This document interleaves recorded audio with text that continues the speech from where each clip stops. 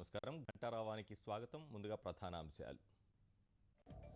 దేశవ్యాప్తంగా బ్యాంకుల దగ్గర జనం బారులు, కొన్ని చోట్ల ఏటీఎంలు పనిచేయక ఇబ్బందులు.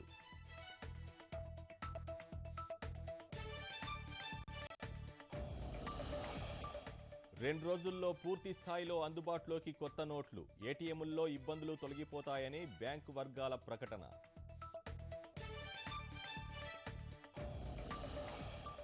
నోట్ల రద్దుతో ఉగ్రవాదులు, నల్ల కుబేరులకే నష్టం, సామాన్యులు సానుకూలంగా స్పందిస్తున్నారన్న వెంకయ్య.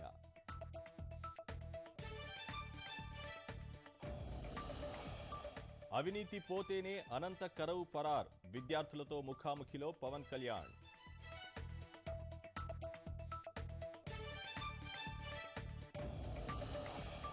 భారత్ జపాన్ కలయికతో అద్భుత వృద్ధి, రెండు దేశాల వ్యాపార వేదికపై మోదీ ప్రసంగం.